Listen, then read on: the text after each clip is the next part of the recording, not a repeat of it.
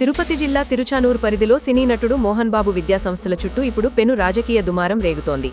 మోహన్ బాబు యూనివర్సిటీలో ఫీజుల దోపిడీ జరుగుతోందంటూ ఎస్ఎఫ్ఐ నేతలు అక్బర్, వినోద్ కలెక్టరేట్ ముట్టడికి సిద్ధమవుతున్న తరుణంలో వారిని యూనివర్సిటీ బౌన్సర్లు బలవంతంగా కారులో ఎక్కించుకుని కిడ్నాప్ చేయడం స్థానికంగా తీవ్ర కలకలం సృష్టించింది. ఈ ఘటనపై సిపిఎం నేతలు పోలీసులకు ఫిర్యాదు చేయడంతో రంగంలోకి దిగిన అడిషనల్ ఎస్పీ నేతృత్వంలోని ప్రత్యేక బృందాలు కిడ్నాపర్ల కారును మోహన్ బాబు యూనివర్సిటీ వరకు వెంటాడాయి.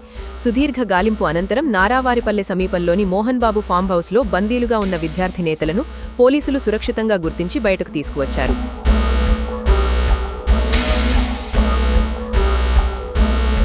ఈ పరిణామాల నేపథ్యంలో మోహన్ బాబు, మంచు విష్ణు మరియు పీఆర్ఓ సతీష్లపై కిడ్నాప్ కేసులు నమోదయ్యాయి.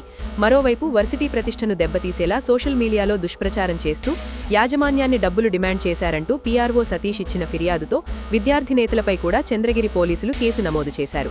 విద్యాసంస్థల్లో జరుగుతున్న అక్రమాలను ప్రశ్నిస్తే కిడ్నాపులకు పాల్పడతారా అంటూ విద్యార్థి సంఘాలు తిరుచానూరు పోలీస్ స్టేషన్ ముందు భారీ ధర్నాకు దిగడంతో ప్రస్తుతం అక్కడ తీవ్ర ఉద్రిక్త పరిస్థితులు నెలకొన్నాయి.